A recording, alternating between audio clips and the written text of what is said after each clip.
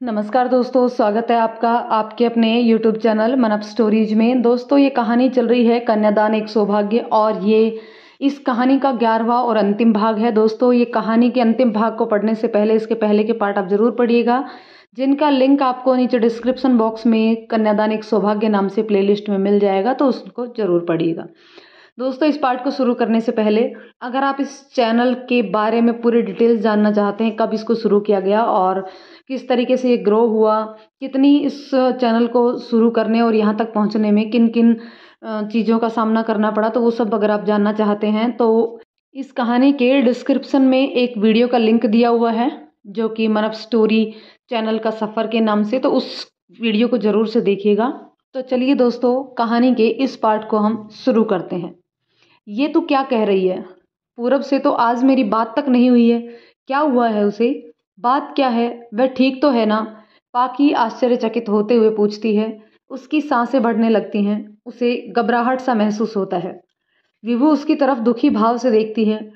पाकी का कलेजा उसके मुंह में आ जाता है। दीदी, पूरब जीजू कहीं चले गए हैं और किसी को भी कुछ पता नहीं है कि वो कहाँ गए हैं। सब उन्हीं के बारे में पूछ रहे हैं। सारे रिश्तेदार आ चुके हैं, लेकिन जीजू नहीं आए हैं। इसलिए आपके पास आई हूँ कि शायद आपको कुछ बता कर गए हों।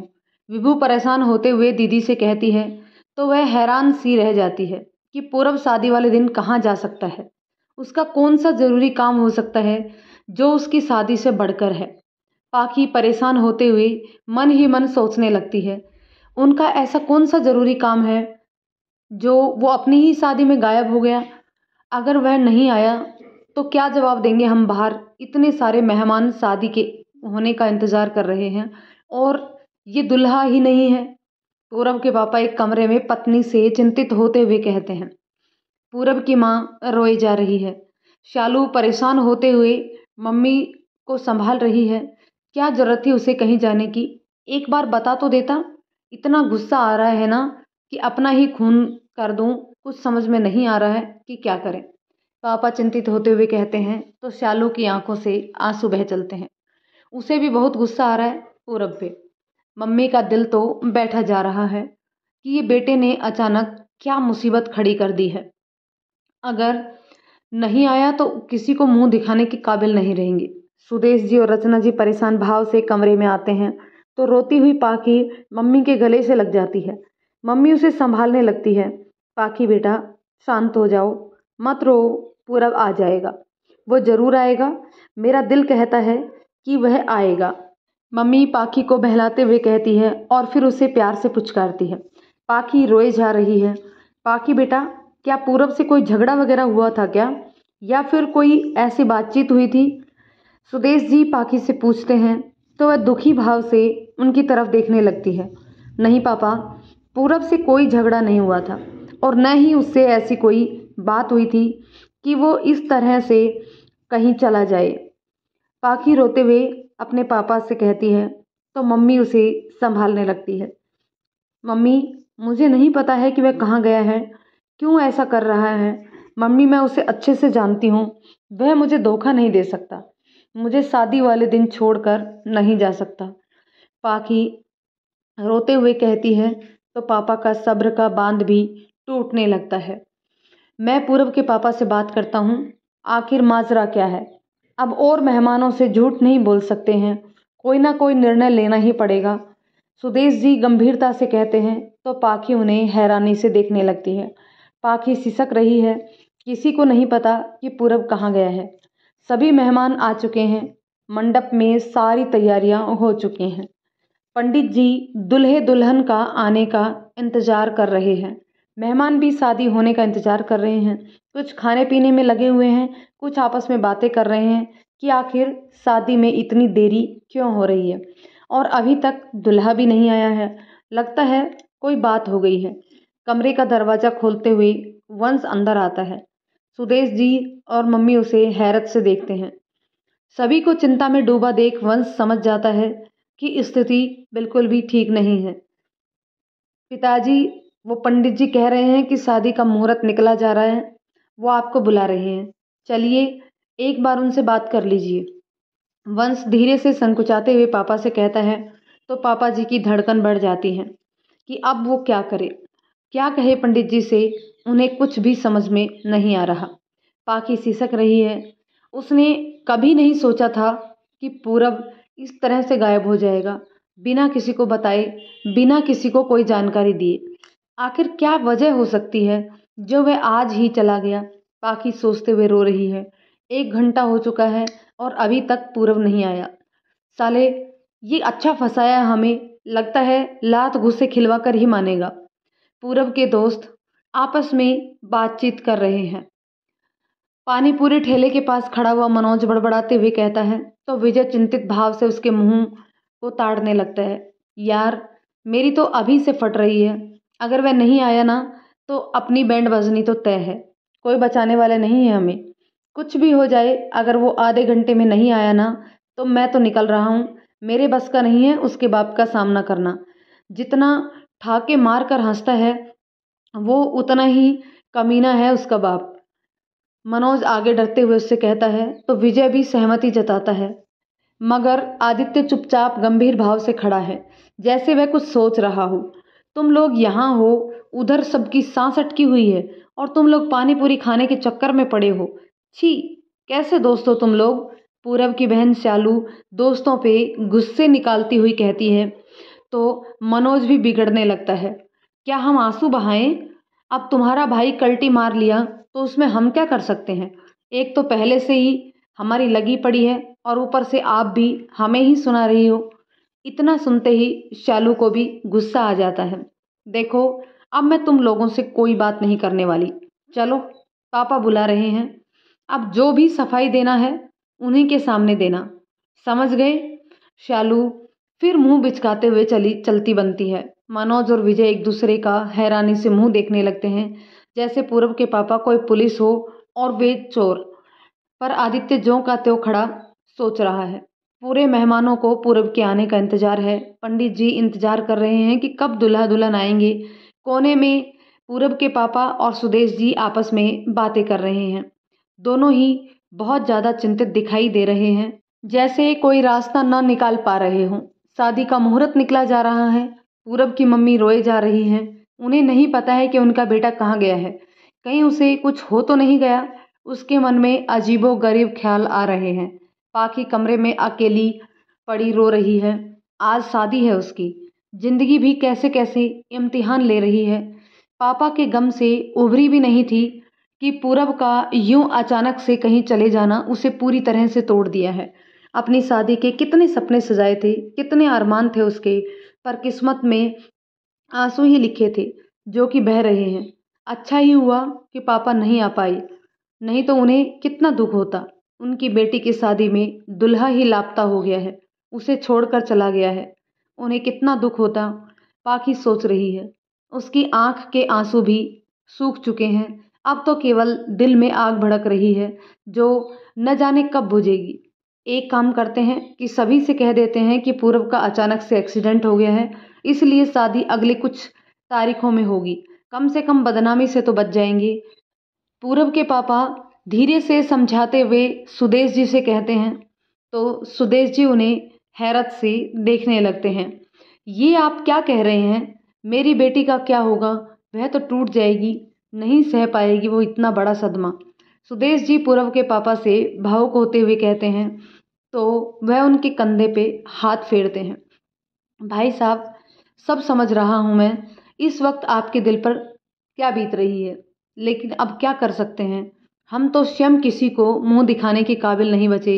घर से तो सज धज कर निकला था, हमें क्या पता था कि बीच रास्ते से दूसरे रास्ते पर चल पड़ेगा। पूरब के पापा सुदेश जी को समझाते हुए कहते हैं तो वे शर्मिंदा होते हुए अपना सिर झुका लेते हैं, जैसे उन्हें कुछ सूझ ही नहीं रहा हो और ना ही कोई रास्ता हो। चलिए बता देते हैं सभी को, 2 घंटे से ज़्यादा हो चुके हैं। अब और इंतज़ार करना ठीक नहीं होगा। बेकार में सभी परेशान हो रहे हैं। पूरब के पापा दुखी होते हुए उनसे कहते हैं तो सुदेश जी दुखी भाव से मुंडी हिलाते हैं। उनकी आंखों में आंसू बह रहे होते हैं। वे शर्मिंदगी से रो रहे होते हैं कि बेटी की शादी टूट रही है और वे कुछ नहीं कर पा रहे हैं। पूरब के पापा भी दुखी हो उठते हैं, लेकिन वे क्या कर सकते हैं। उन्हें भी कहाँ पता था कि पूरब अचानक से कहीं चला जाएगा। मम्मी मत रोइए, सब देख रहे हैं। क्या आप जवाब देंगे सभी को? आप चुप हो जाइए प्लीज़। मंडप के पीछे खड़ी सालू अपनी रो रही माँ से कहती है, तो वह खुद संभालते हुए जल्दी से बह रहे आंसुओं को पोंछती है। शालू मुस्कुराने का नाटक करती है ताकि किसी को उन पे संदेह ना हो, लेकिन माँ का हाल कौन जाने कि उनके दिल पर क्या बीत रही है। कितने दिनों से शादी की तैयारियां कर रही थी अपने बेटे की, कितनी खुश थी वो, लेकिन अब जैसे सब बर्बाद हो गया हो, जैसे कोई तूफान आकर सब उजाड़ गया हो और अब वो कुछ भी नहीं कर पा रही हो। कमरे में पड़ी पाखी सिसकते हुए मोबाइल पे पूरब की फोटो देख रही है, जैसे वह पूरब के चेहरे से पूछ रही हो कि कहाँ हो तुम, क्यों मुझे सता रहे हो, क्या यही तुम्हारा प्यार है? तुम नहीं आए तो मैं भी इस दुनिया में नहीं रहूंगी, देख लेना। फिर कभी मुझे नहीं देख पाओगे। किस बात की मुझे सजा दे रहे हो? मैंने तो हमेशा वही किया जो तुमने चाहा, तो फिर क्यों पूरब, क्यों? पाखी फोटो को देखते हुए रो पड़ती है। वह फूट फूट कर रो रही है, उसका दिल रो रहा है, मन तड़फ रहा है, जैसे वह कोई डरावना सपना देख रही हो। तभी उसके कानों में डीजे में बजता हुआ गाना सुनाई देता है। वह रोते हुए चौंक पड़ती है कि ऐसे हालत में गाने कौन बजा रहा है। ध्यान से सुनने पर फिर एक गाना बदलते हुए बजता है, सेहरा बांध कर आऊंगा, मेरा वादा है। पाखी के चेहरे पर चमक आ जाती है, वह भावुक होते हुए रो पड़ती है।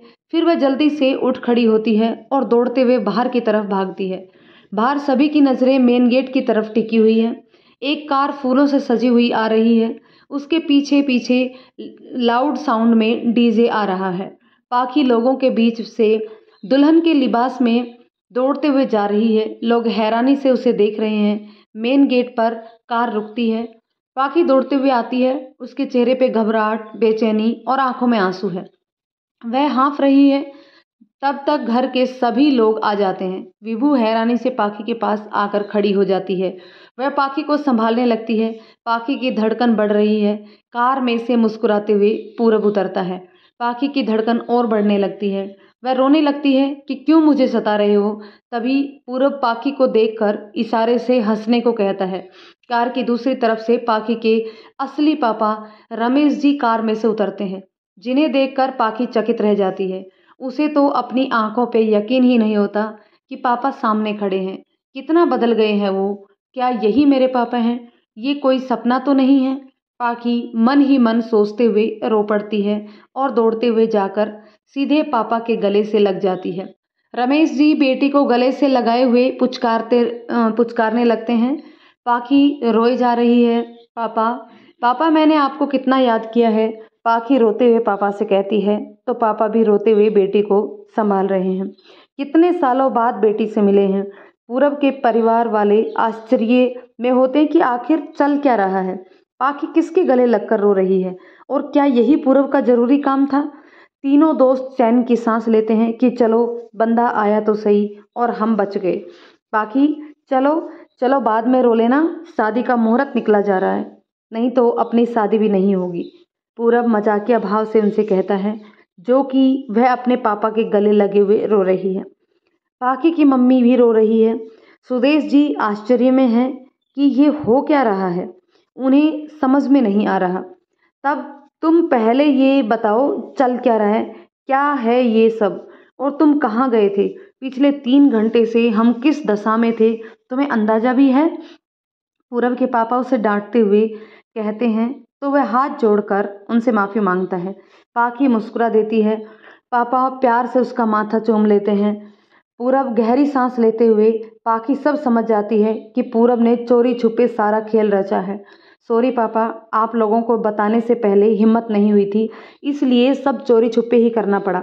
पापा मम्मी, पाखी के असली पापा रमेश अंकल हैं और पाखी चाहती थी कि उसकी शादी में उसके अपने पापा भी शामिल हों। पहले तो मैंने गुस्सा बहुत किया था, विरोध भी किया था कि हमारा समाज क्या कहेगा, आप लोगों की क्या प्रतिक्रिया होगी, वगैरह वगैरह। और फिर पाखी ने भी हम सभी की मान सम्मान की खातिर अपनी इच्छाओं को दबा दिया था। लेकिन पापा, मैंने महसूस किया कि आखिर गलत ही क्या है कि एक बेटी की शादी में उसके पापा भी शामिल ना हों, और वो भी झूठे दिखावे के लिए।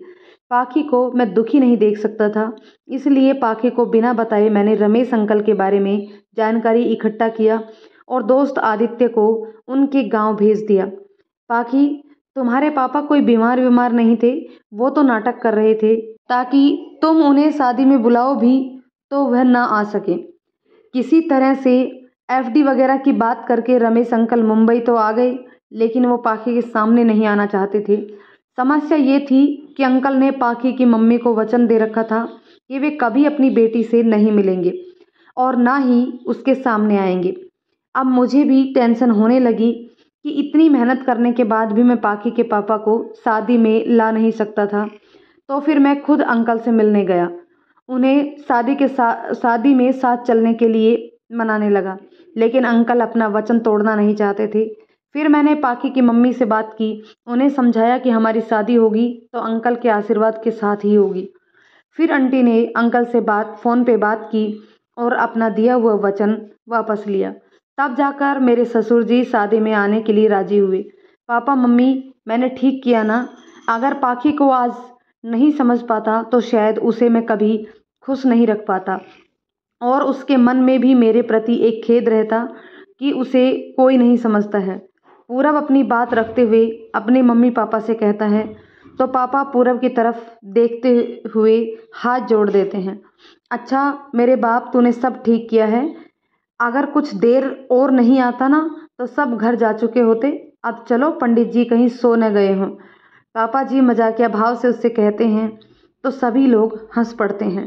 तीनों दोस्त उत्साहित होते हुए झूम पड़ते हैं। पाखी रोते हुए मुस्कुरा देती है और फिर से अपने पापा के गले लग जाती है। पाखी की मम्मी रोते हुए मुस्कुरा देती है। सभी के चेहरे एक बार फिर से खिल उठते हैं। मंडप में पंडित जी मंत्र पढ़ रहे हैं। पूरब, पाखी अग्निकुंड के सामने मुस्कुराते हुए बैठे हैं। पंडित जी मंत्र पढ़ते हुए कहते हैं कि लड़के के पिता को बुलाइए। तो पाखी के सगे पापा रमेश जी पाखी के पास आते हैं। पाखी पापा को आता देखकर मुस्कुरा रही है। फिर चुपके से पूरब कहता है, कैसा है ये मेरा सरप्राइज? तो पाखी फिर से मुस्कुरा देती है। फिर वह दाएं बाएं देखने लगती है जैसे किसी को ढूंढ रही हो, लेकिन वो उसे दिखाई नहीं दे रहे हों। मम्मी की आंखों से खुशी के आंसू बह रहे हैं। मम्मी पापा कहाँ हैं?